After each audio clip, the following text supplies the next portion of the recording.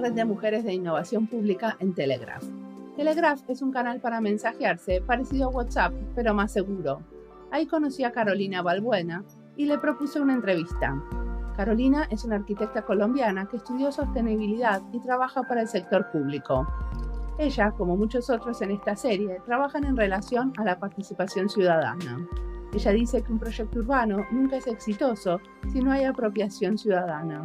Estoy segura, porque no hay nada más triste que una plaza vacía. Por eso Carolina propone que una vez construida la plaza, se hagan jornadas de sensibilidad de la gente para que la cuide y se la apropie. Escuchemos su historia. Mi nombre es Mariana Salgado y esto es Diseño y Diáspora. Aquí estoy, te escucho. Bueno, ¿querés presentarte? Bueno, mi nombre es Carolina Balbuena, yo soy arquitecta colombiana.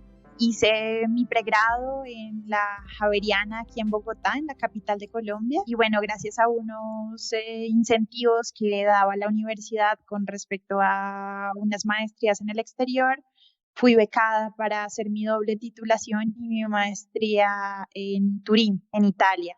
La maestría es en sostenibilidad, en desarrollo de proyectos sostenibles, digamos, enmarcado un poco no solamente a la edificación, sino también en proyectos urbanos y en general en arquitectura y diseño urbano. Perfecto. ¿Cómo te resultó esto de estudiar sostenibilidad? ¿Era muy diferente a lo que vos venías viendo antes? Sí, digamos que el enfoque desde mi universidad primaria era un poco más el diseño arquitectónico, ¿sí? Del edificio y quizás entrar en un contexto global en el que ya estudiabas pues con arquitectos de todo el mundo, en el que te enfrentabas a problemáticas no solamente locales, sino ya globales, en el que se tenían retos de ciudades o de espacios diferentes. Sí, me enfrentó un poco, me sacó de la zona de confort quizás y me hizo ver la arquitectura de diferente manera. ¿De qué manera ves la arquitectura ahora?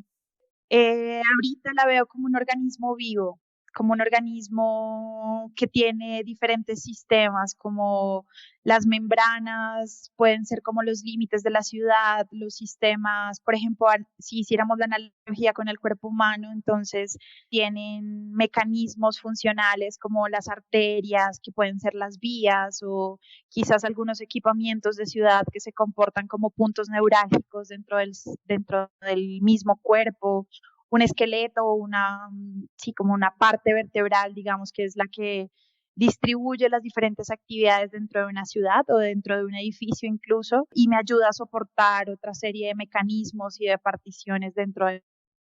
¿Y ahora qué tipo de proyectos estás trabajando ahora? ¿Querés contarme alguno que te apasione o te haya apasionado? Sí, pues desde que inicié mi profesión, digámoslo así, he estado involucrada en bastantes proyectos de espacio público y de desarrollo de ciudad, en el que, digamos, la mayoría de equipos están conformados por ingenieros de transporte, por ingenieros civiles, por ingenieros de vías, pero digamos que aquí en Colombia por lo menos se ha venido haciendo de una manera muy regular que todos los planes de ordenamiento de transporte los hacen pues ingenieros especializados en esos temas. Obviamente una ciudad requiere, digamos, de esa interdependencia con la parte social, con la parte humana. Entonces, se han venido involucrando los arquitectos de diseño urbano que dotan, digamos, estos planes de transporte y de vías, planeando el espacio público como sistemas en donde interactúa la gente, en donde la gente tiene, digamos, dinámicas de participación ciudadana. ¿Y cómo son estas dinámicas? ¿Me contás? Sí, en proyectos en particulares, digamos que eso depende mucho de la localización de la ciudad. Si una ciudad quizás está en un clima más cálido, a una altura, digamos, más cerca al mar, pues digamos que las dinámicas en el espacio público se comportan diferente. Por ejemplo, en las horas de la tarde, cuando más sol hay en la ciudad, pues las personas tienden a reducir, digamos, sus momentos de ocio al aire libre, porque obviamente el sol incide y las temperaturas son muy altas. Mientras que, por ejemplo, en ciudades con clima muy frío, las dinámicas de salir a un parque, de caminar por la ciudad, digamos que se dan un poco más. Pero la gente y, digamos, la población de un territorio en específico se apropia de sus lugares como si fueran propios. Entonces, por ejemplo, pueden sacar un par de sillas afuera de la casa y establecer, digamos, dinámicas de apropiación social con las personas alrededor, con los vecinos. Pero cuando vos hablas de participación ciudadana, ¿estamos hablando de participación en el proceso de diseño en donde los ciudadanos pueden tomar partido y definir algunas decisiones de diseño, o solamente ustedes lo que hacen es una investigación en donde están mirando cómo la gente se comporta? Precisamente lo primero que se hace es como inventariar todas esas dinámicas en un inicio, se diagnostica un poco para más o menos saber en qué momentos la población está haciendo qué cosas, a dónde están yendo más, cuáles son esas plazas o parques de los que más se apropian. Pero digamos que esto es un diagnóstico desde la consultoría o desde la empresa que lo esté realizando. Más sin embargo, para poder ya entrar a una fase de diseño, de implementación de proyectos, se hacen diferentes talleres ciudadanos en donde el ciudadano, la persona que habita en el lugar, es copartícipe del proyecto. Entonces, se desarrollan diferentes talleres de innovación con ellos, en los que por medio de, por ejemplo, te pongo un ejemplo de un Lego, se desarrollan pequeños pedazos del vecindario en donde ellos quisieran introducir nuevas cosas o quitar nuevas cosas, cuáles son esos obstáculos en los andenes por los que no pueden transitar, cuáles son esas zonas de más penumbra y más inseguras en las noches. Y todo eso ayuda a sacar diagnóstico final con la base analítica, digamos, que se tiene desde los expertos, pero también con un proceso participativo con la ciudadanía. Ok. ¿Y cómo se aseguran que este proceso participativo, porque una de las cosas que pasan, por ejemplo, en las consultas a ciudadanos en Helsinki, donde yo estoy, es que siempre los que tienen más voz aparecen, o sea, y en general los que tienen más tiempo, o sea, la gente más grande y los, digamos, los jubilados, los pensionados que tienen más tiempo y que son en general de origen finlandés, son los que más van a participar de estos procesos, y los jóvenes, por ejemplo, o los inmigrantes participan muy poco. Entonces, ¿cómo hacen ustedes para asegurarse de que realmente como esta participación ciudadana sea diversa? Sí, totalmente de acuerdo contigo. Y dado a eso, tomamos la decisión de realizar diversos talleres desde muchas agremiaciones. Entonces, no hacíamos talleres para toda la gente, sino que sectorizábamos un poco y segmentábamos el público de la ciudad. Entonces, en un momento, por ejemplo, teníamos un taller con transportadores de todos los modos de transporte, transporte público, transporte particular, transporte informal, incluso porque en las ciudades de Colombia se ve mucho esto del transporte informal. En otra, por ejemplo, entonces incluíamos la academia, entonces visitábamos una universidad con algunos talleres o proyectos en los que se estuvieran desarrollando estas temáticas y se entrevistaban tanto a profesores como a alumnos y se hacían talleres también para, digamos, recepción de ideas y brainstorming. Y decime, ¿qué es esto del transporte informal? Sí, el transporte informal, aquí en algunas ciudades de Colombia, digamos que se tienen unas rutas establecidas de transporte que, digamos, están gestionadas por entes o agremiaciones ya formalmente constituidas. Más sin embargo, en algunas ocasiones, por ejemplo, si hay un segmento de un barrio o de una localidad en la que no accede fácilmente el transporte público, por ejemplo, aparecen lo que se llama aquí las bicicletas públicas. Entonces, es una persona, es más o menos como un triciclo en la que dos personas o tres personas se montan en la parte de atrás y otra cuarta persona va manejando esta bicicleta llevándote por diferentes puntos en los que, digamos, el transporte como tal o las rutas de transporte no pasan. Eso puede ser un modo. O, por ejemplo, en ocasiones cuando las pendientes y la altimetría de las montañas es muy alta, entonces aparecen jeeps en donde se montan 11, 15 personas y se van dejando a lo largo, digamos, de la montaña o de las poblaciones, digamos, por las que no aparecen rutas establecidas como tal de transporte formal. Ok. Y decime, ¿cómo se aseguran ustedes que las soluciones que proponen son sostenibles, ¿no? Porque este es uno de los temas de tu maestría, esto del diseño sostenible.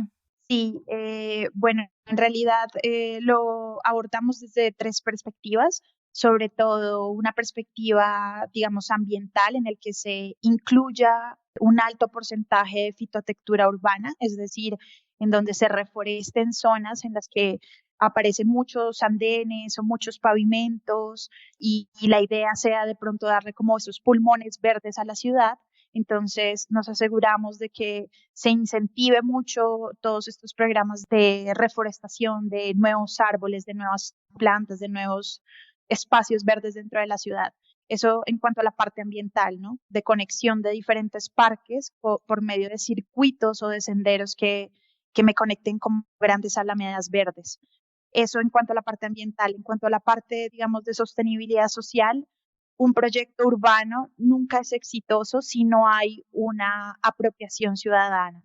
Entonces, la idea no es solamente proponer los proyectos y entregárselos a ellos y mostrarles esta es la propuesta final, sino quizás hacer un seguimiento cuando se empiece a implementar. Una vez construido el parque, quizás hacer algunas jornadas de sensibilización con la gente en las que se puedan generar como esas dinámicas entre el ciudadano y esa nueva parte de ciudad que fue diseñada para ellos, para que haya una apropiación ciudadana y de esta manera ellos cuiden su espacio y, digamos, sea una parte de ciudad como querida y apropiada por ellos. Y una tercera fase, digamos, de sostenibilidad económica en la que se deben medir por medio de indicadores cómo es este mantenimiento del espacio público y, digamos, de los diferentes parques o plazas de la ciudad. Para esto, entonces, se desarrollan con el proyecto una serie de indicadores que se deben medir a corto, mediano y largo plazo. Estos indicadores, digamos, se van midiendo en las diferentes etapas y con respecto a eso, entonces, se van ajustando cosas para su mantenimiento y para que, digamos, el espacio funcione a lo largo del tiempo con algunas metodologías de captación económica del espacio, como plusvalías, como aprovechamiento económico del espacio público y bueno. Una de las cosas que se está hablando mucho con esto del espacio público es cuánto como las mujeres pueden transitar esos espacios públicos, ¿no? Cuánto las mujeres se sienten seguras, porque como sabemos en Latinoamérica hay muchos espacios públicos donde las mujeres no pueden transitar algunos momentos del día. ¿Cómo tienen en cuenta ese tipo de cosas? Bueno, digamos que las muestras que tomamos al inicio para poder plantear todos los proyectos urbanos siempre tienen un igual número de mujeres en la muestra, tanto de hombres como de mujeres, como de, digamos, de otras inclinaciones de género, de sexo. Y la idea es poder identificar cuáles son esas principales problemáticas de cada uno de estos actores. Al ya, digamos, tener un diagnóstico certero de, no sé, me siento insegura por esta calle porque no hay iluminación, o me siento insegura por esta calle porque las culatas que me dan hacia los andenes están completamente obstruidas la visual y nadie puede vigilar. Y así se van teniendo como una serie de indicadores que me dicen a mí, ok, se debería mejorar de esta manera, pero la idea es que la calle o el espacio público, la misma ciudad, deje de ser insegura por la apropiación de la gente, porque se siente dueño de su espacio, porque se convierte como en un panóptico público en el que yo vigilo a quienes están y cuido a quienes están transitando por mi lugar y asimismo cuando yo pase por otro lugar ellos van a estar vigilando y cuidando de mí. Entonces es un proceso coparticipativo de no solamente hacia las mujeres, también hacia las personas de tercera edad, hacia los niños, hacia personas con discapacidad motora o motriz. Claro, pero bueno, ese es uno de los grandes problemas que tenemos en Latinoamérica, es que los chicos no andan solos por la calle, ¿no? Y que los chicos no anden solos por la calle hace las calles más inseguras. Sí, sí, totalmente de acuerdo. De hecho, para poder diseñar todos estos espacios públicos y estos grandes proyectos, digamos, alrededor de las ciudades, se deben tener en cuenta como zonas de permanencia y zonas de transición que me permitan a mí como padre de familia dejar a mi hijo en un parque o en una plaza, quizás yo estar cerca, pero que yo tenga la seguridad de que el mismo diseño urbano de la plaza o del parque va a proteger a mi hijo, ¿no? Entonces, que quizás hacia los costados en donde hay autopistas o calles muy concurridas, pues haya una serie de mobiliario urbano o de fitotectura o de árboles, matorrales, de sí, indicaciones en el diseño que me permitan a mí como niño o como transeúnte del espacio público saber que debo llegar hasta ahí, que más allá pues hay una barrera porque hay un peligro. Pero todo esto responde, digamos, también desde el diseño mismo de estos espacios de ciudad. Entonces vos trabajás para la ciudad de Bogotá, ¿cierto? En este momento.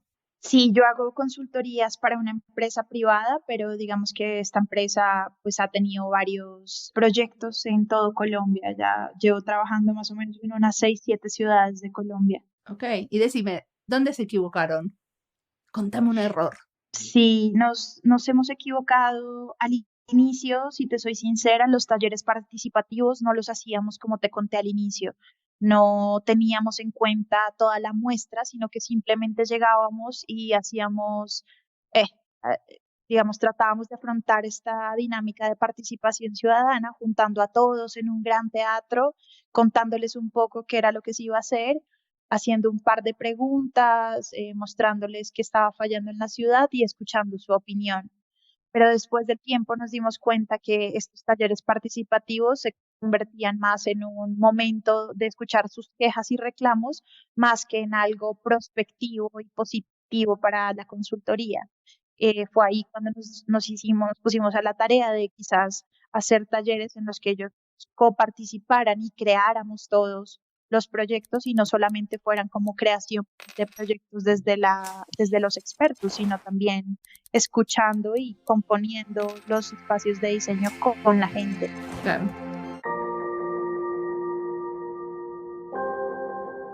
Me encanta escuchar a los arquitectos que trabajan de una manera parecida a los diseñadores, teniendo en cuenta a la gente y sus modalidades. Hasta hace poco acá, los arquitectos de la ciudad tenían que consultar a la población. Era parte de una política pública.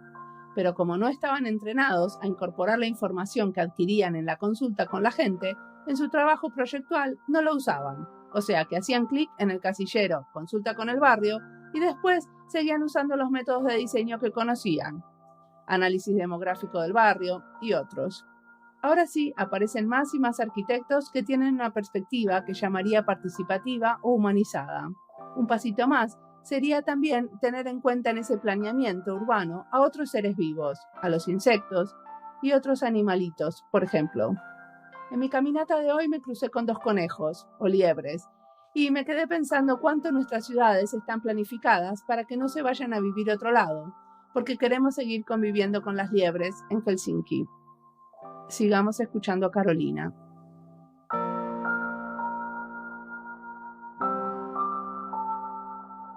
¿Y qué te ves haciendo en 5 años?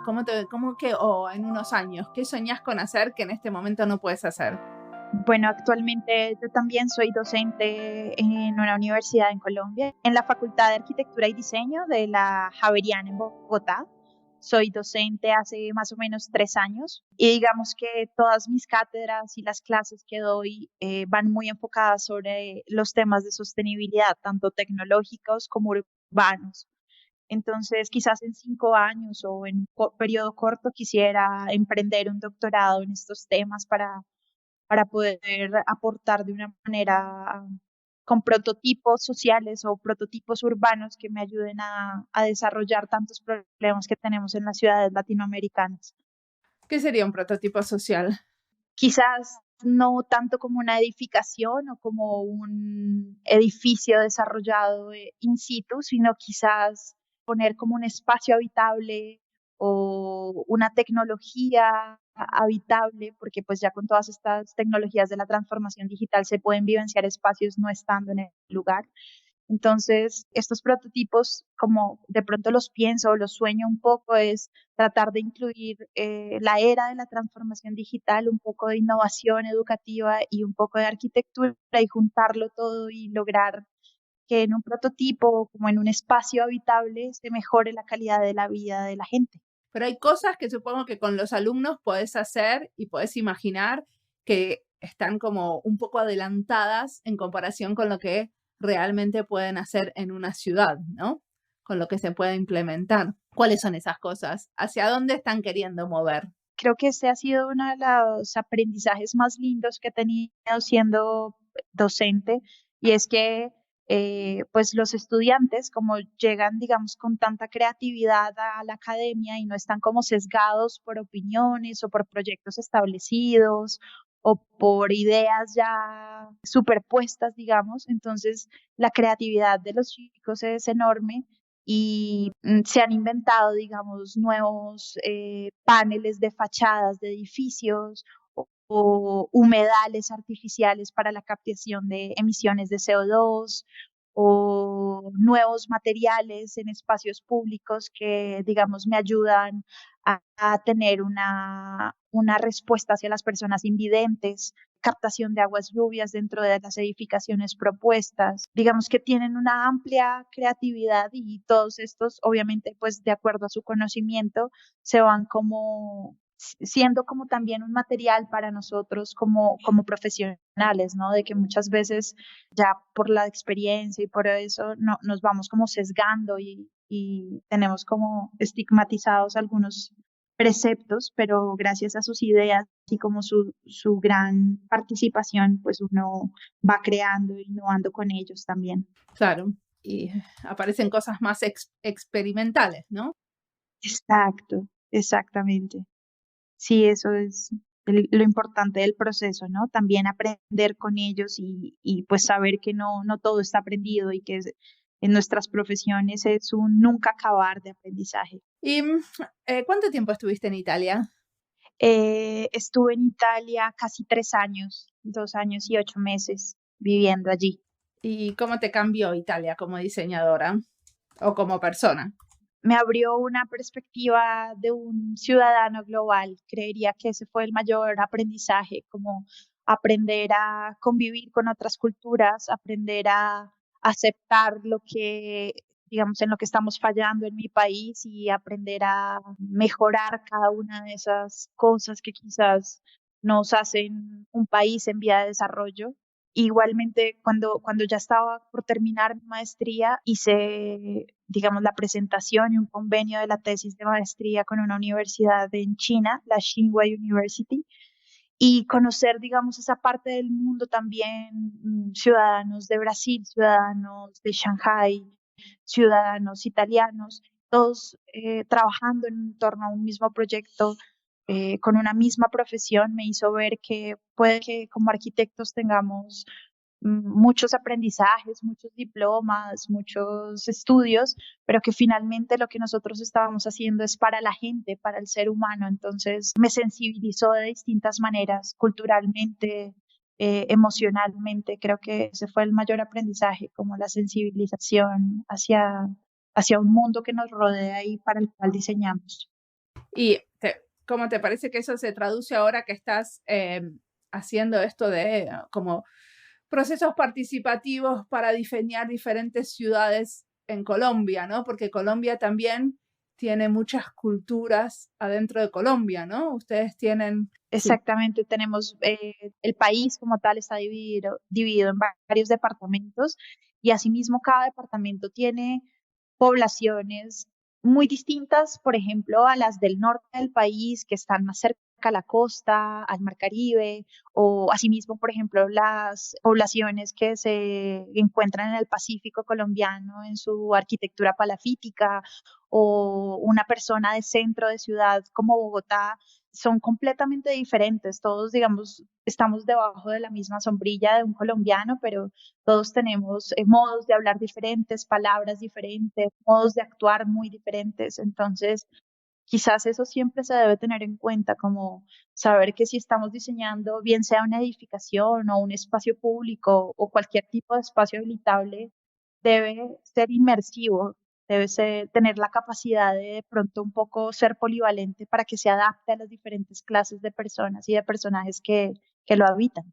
¿Qué quiere decir polivalente? Quizás cuando yo, por ejemplo, diseño un parque, el parque debe tener esa capacidad de que si llega una persona de 70 años con su nieto, tanto la persona adulta mayor pueda disfrutar del espacio como también pues el niño de 10, 11 años. Entonces, los espacios en mi percepción deberían cambiar, como tener una metamorfosis durante toda esa instancia en la que tú estás en ese lugar. Por ejemplo, un apartamento, lo mismo. Si tú como profesional llegas a las 8 de la noche y tienes y realizas unas dinámicas, pues bueno, se ajusta a ti, pero si quizás por la mañana llega otra persona a hacer otro tipo de actividades, el espacio debería como adaptarse un poco a esa manera de vivir o a esa manera como con la que tú interactúas permanentemente.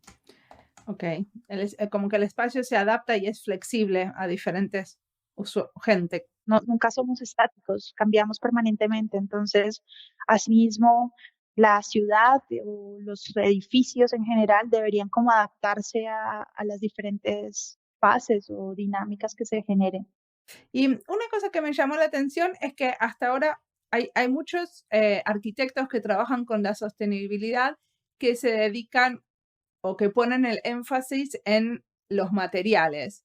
Y hasta ahora eso es algo que no salió en nuestra conversación. ¿Por alguna razón?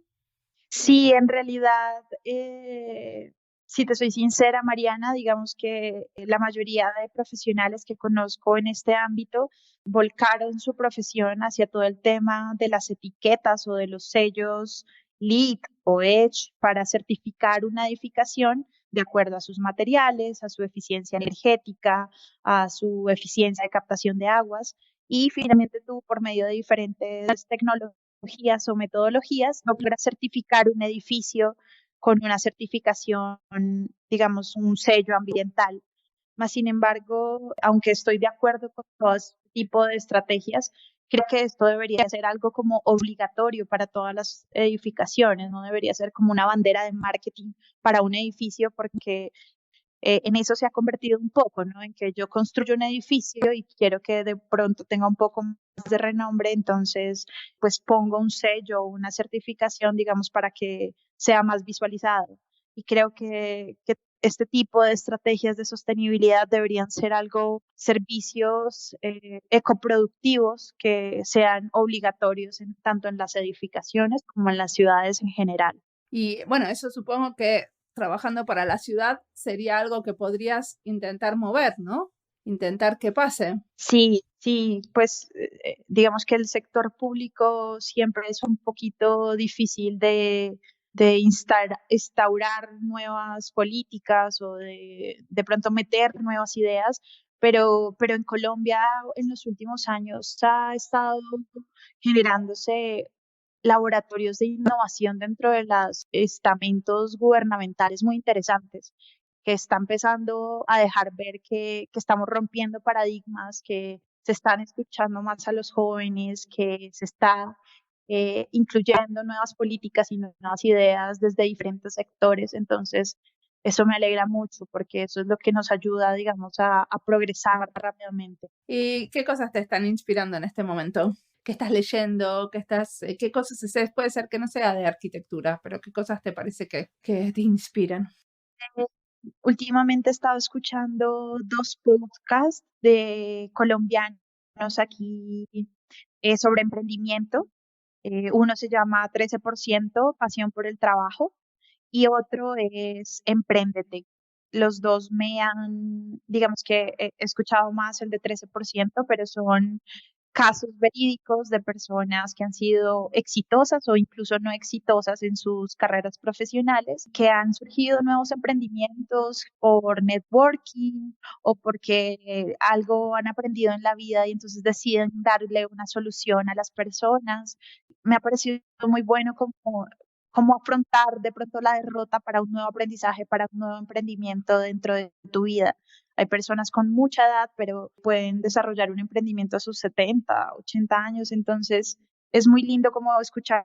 Pero ¿te imaginas vos empezando un emprendimiento? Sí, sí, en realidad desde que llegué a mi país he tenido varias como he estado como recopilando varias ideas, digamos que aún no he tomado ese gran riesgo del emprendedor, quizás un poco por miedo o por falta de tiempo, pero espero en algún momento poder tener un emprendimiento que tenga algún impacto en la sociedad y que pueda generar trabajo, que pueda ayudarle a la economía de mi país, que pueda incentivar diferentes dinámicas.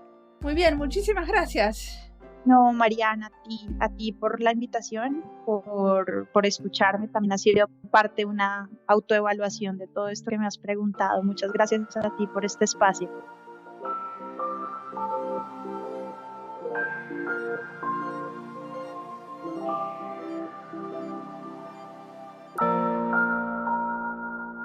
Carolina habla de diseñar espacios públicos que planean lugares para que los padres puedan dejar a sus hijos y que estén resguardados de las calles.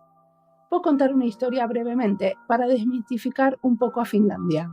Me pasó algunas veces que me hacen una entrevista preguntando algo sobre Finlandia, por ejemplo sobre temas de educación, y cortan mi crítica, pero dejan todas las flores. Acá no todo es maravilloso, pero hoy no vamos a hablar de educación, sino de la ciudad. En mi barrio teníamos una plaza que es naturalmente como un pequeño valle, o sea, que tiene unas colinas alrededor que protegen a los chicos de no irse a la calle. Teníamos una casa de la ciudad que se usaba como jardín de infantes abiertos. Es algo así como que las madres en licencia de maternidad pueden ir y pasar el tiempo y hay actividades, pero no se deja a los niños ahí. Bueno, en todo caso era un lugar paradisíaco. La ciudad declaró que tenía humedad, moho y hongos, y lo cerró. Nosotros los padres pagamos una nueva investigación que decretó que solo la mitad del edificio tenía hongos y la otra mitad se podía usar. Un grupo de padres autoorganizados mantuvo el lugar abierto turnándose para cocinar y hacer actividades durante 2 años. ¿Qué hizo la ciudad? Lo destruyó. Sí, después de los 2 años, la demolió.